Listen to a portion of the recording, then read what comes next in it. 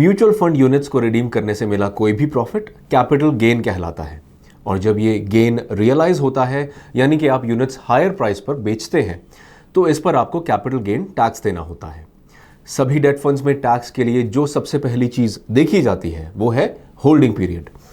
ये यूनिट्स को खरीदने और बेचने के बीच का टाइम पीरियड होता है। अगर ये होल्डिंग पीरियड 3 साल से कम है तो आपका profit short term capital gains माना जाएगा और इस पर आपके इनकम टैक्स स्लैब के अनुसार टैक्स लगेगा, जो अधिकतम 30% तक जा सकता है। वहीं होल्डिंग पीरियड 3 साल या इससे अधिक है तो आपको long term capital gain tax देना होगा। ये 20% है और इंडेक्सेशन बेनिफिट के साथ आता है। ये इंडेक्सेशन बेनिफिट आपके टैक्स को कम कर देता है। इससे आपका टैक्स 20% से गिरकर 1% तक भी आ सकता है। इस वीडियो में हम इंडेक्सेशन के कॉन्सेप्ट को समझेंगे, ये क्या है, ये कैसे काम करता है, और सबसे महत्वपूर्ण हम ये बताएंगे कि आप टैक्स घटाने के लिए कैसे इंडेक्सेशन का उपयोग कर सकते हैं।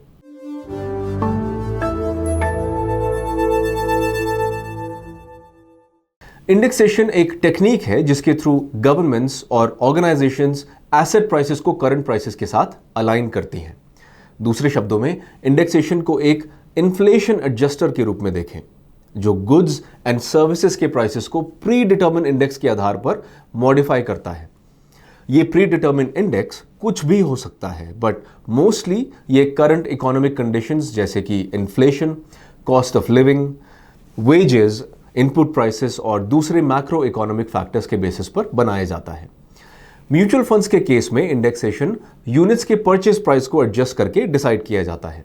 यह एडजस्टमेंट किया जाता है इन्फ्लेशन रेट के साथ, जो यूनिट्स परचेज करने के टाइम था और जो उसको बेचते टाइम था।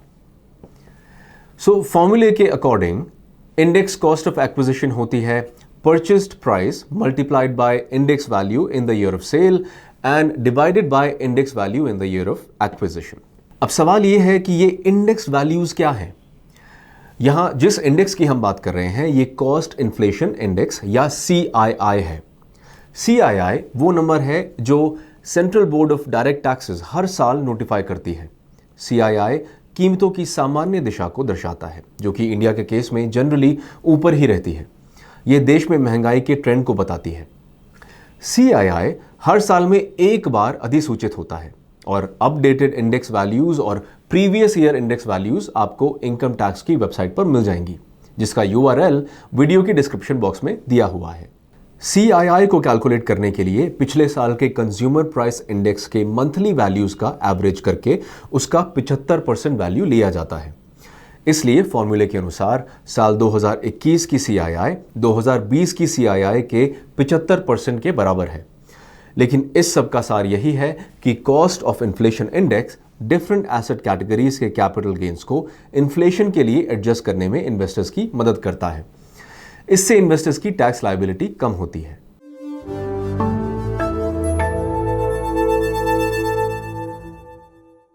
आइए जानते हैं कि इंडेक्सेशन कैसे काम करता है। इसके लिए हम एक एग्जाम्पल लेते हैं। मान लीजिए कि आपने जनवरी 2011 में एक डेट म्यूचुअल फंड में 10 लाख रुपए इन्वेस्ट किए हैं और अगले 10 वर्षों में इस निवेश ने 8.2% का एनुअल रिटर्न दिया है। इसका मतलब है कि मार्च 2021 में 10 लाख रुपए बढ़कर 22 लाख रुपए हो गए हैं। अब आपको कुछ पैसों की जरूरत है और इसके चलते आप 20 मार्च को यूनिट्स रिडीम करा रहे हैं और आप ये जानने को उत्सुक हैं कि टैक्स फाइल करते समय आपकी टैक्स लायबिलिटी क्या होगी।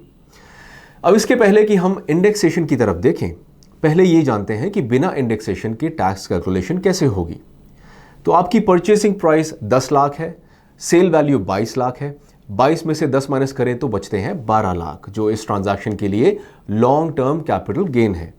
12 लाख का 20% होता है 2.4 लाख।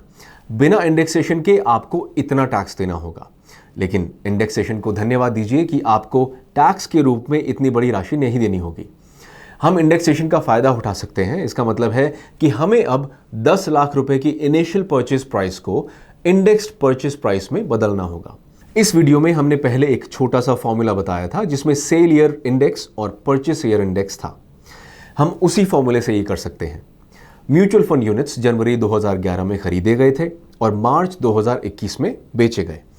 हमें यहाँ फाइनेंशियल ईयर 2010 से 2011 और फाइनेंशियल ईयर 2020 से 2021 की कॉस्ट ऑफ इन्फ्लेशन इंडेक्स को लेना होगा। इंडेक्स टेबल के अनुसार ये 167 और 301 है। अब हमें इन इंडेक्स वैल्यूज को अपने फॉर्मूला में अप्लाई करना होगा। इसका मतलब है कि हमें 301 को 167 से डिवाइड करके इसे 10 लाख से मल्टीप्लाई करना होगा। इससे हमें परचेस प्राइस की इंडेक्स कॉस्ट ऑफ एक्विजिशन मिलेगी, जो 18 लाख रुपए से थोड़ी सी ज्यादा है। अब इस इंडेक्स कॉस्ट ऑफ एक्विजिशन यानी कि 18,02,000 रुपए को सेल प्राइस 22 लाख रुपए से घटाएं। यह हमें 3,98,000 रुपए का लॉन्ग टर्म कैपिटल गेन्स देगा। अब इस पर 20% के long term capital gains tax calculate करें। 3,98,000 रुपए का 20% होता है केवल 79,000 रुपए, जो कि 2,40,000 रुपए से काफी कम है, जो हमें बिना इंडेक्सेशन के चुकाना होता। इंडेक्सेशन से हमें हमारे टैक्स बिल में 67% की बचत हुई है। कम टैक्स का सबसे महत्वपूर्ण फायदा है कि पोस्ट टैक्स रिटर्न्स बढ़ जाते हैं, जो कि इंडेक्सेशन की सबसे बड़ी खूबी है, और ये डेट म्यूचुअल फंड्स को काफी अट्रैक्टिव बनाता है, स्पेशली जब हम कंपेयर करते हैं ट्रेडिशनल प्रोडक्ट्स जैसे कि एफडीज को, जो कि इंडेक्सेशन ऑफर नहीं करती। एक्चुअली ये इंडेक्सेशन ही है जिसके कारण 30% के हाई टैक्स ब्रैकेट वाले लोग एफडी की तुलना में डेट म्यूचुअल फंड में इन्वेस्ट करना पसंद करते हैं, स्पेशली तब जब 3 साल से ज्यादा समय के लिए इन्वेस्ट करना हो। इसके साथ ही एक और स्मार्ट तकनीक है जिसे HNI हमेशा यूज करते हैं, लेकिन हम अब देख रहे हैं कि काफी बड़ी संख्या में रिटेल इन्वेस्टर भी अपने टैक्स को कम करने के लिए इस तकनीक का इस्तेमाल कर रहे हैं। ये तकनीक कैसे काम करती है? हम पहले बता चुके हैं कि हर फाइनेंशियल ईयर में कॉस्ट ऑफ इन्फ्लेशन इंडेक्स या CII तय होती है। इसका मतलब है कि CII हर साल मार्च से अप्रैल के बीच में बदलेगी, क्योंकि तब फाइनेंशियल ईयर चेंज होता है। आप परचेज और रिडेम्पशन पीरियड को मैनेज करके इस रूल का फायदा उठा सकते हैं अपने long term capital gains tax को रिड्यूस करने के लिए। आइए इसे एक एग्जाम्पल के साथ समझते हैं। हम अपना ओरिजिनल एग्जाम्पल ही लेते हैं। हमारे एग्जाम्पल ने 20 मार्च 2021 में अपने डेट म्यूचुअल फंड को रिडीम किया था। अगर इन्वेस्टर ने 20 मार्च को रिडीम करने के बजाय कुछ हफ्ते रुक कर अप्रैल में यूनिट्स को रिडीम किया होता, तो सेल फिस्कल ईयर 2021-2022 में हुआ होता। फाइनेंशियल ईयर 2021 से 2022 का मतलब है कि CII वैल्यू 317 लागू होगी। इसका मतलब है कि लॉन्ग टर्म कैपिटल गेन्स 60,000 रुपए तक नीचे जा सकता है। इससे इन्वेस्टर को टैक्स में 19,000 रुपए तक एडिशनल बचत हो सकती है। इस तरह हम अब जान चुके हैं कि परचेज डेट और सेल डेट को कैसे सावधानी पूर्वक बदलकर हम टैक्स बचा सकते हैं। और अब आप ये जानते हैं तो आप समझ जाएंगे कि क्यों अधिकतर फिक्स मैच्योरिटी प्लान्स या FMPs आमतौर पर किसी फाइनेंशियल ईयर के 4th क्वार्टर में लॉन्च होते हैं। ये सब मार्च अप्रैल टेक्निक को यूज करके साल के एडिशनल इंडेक्सेशन का फायदा उठाने के लिए होता है।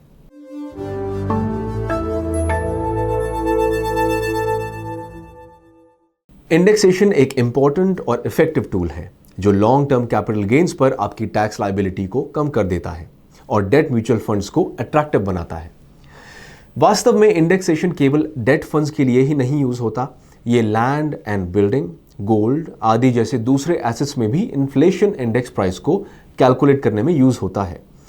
डायरेक्ट इक्विटी और इक्विटी म्यूचुअल फंड जैसे भी कुछ एक्सेप्शंस हैं जहां इंडेक्सेशन अप्लाई नहीं होता। गोल्ड के केस में लॉन्ग टर्म कैपिटल गेन्स अगर होल्डिंग पीरियड 3 साल से ज्यादा है तब लगता है, और इसमें 20% टैक्स के साथ इंडेक्सेशन का लाभ मिलता है। इसी तरह प्रॉपर्टी के केस में यहां 20% इंडेक्सेशन टैक्स बेनिफिट अगर होल्डिंग पीरियड 2 साल से ज्यादा है तब अप्लाई होता है। लेकिन यहां कुछ अतिरिक्त नियम व शर्तें हैं जो कि थोड़ी पेचीदा हैं, और ऐसे में हम आपको एक योग्य CA की सेवाएं लेने की सलाह देंगे। इससे इनकार नहीं किया जा सकता है कि उन सभी लोगों के लिए इंडेक्सेशन की जानकारी होना बहुत जरूरी है जो डेट म्यूचुअल फंड्स में निवेश करते हैं, और इससे आपकी टैक्स लायबिलिटी काफी घट जाती है। हमने इस वीडियो में कुछ उदाहरण देकर भी ये समझाया है, और इसके साथ ही हम इस प्रेजेंटेशन के अंत में आ गए हैं। अगर आपको ये वीडियो पसंद आया तो लाइक बटन पर क्लिक करना न भूलें और ET money Hindi YouTube channel को सब्सक्राइब करें और इस वीडियो को अपने फ्रेंड्स और रिलेटिव्स के साथ शेयर करें। अपना समय देने के लिए धन्यवाद। अगले हफ्ते फिर मिलेंगे ऐसी ही एक इंफॉर्मेटिव वीडियो के साथ। Mutual fund investments are subject to market risks. Read all scheme related documents carefully.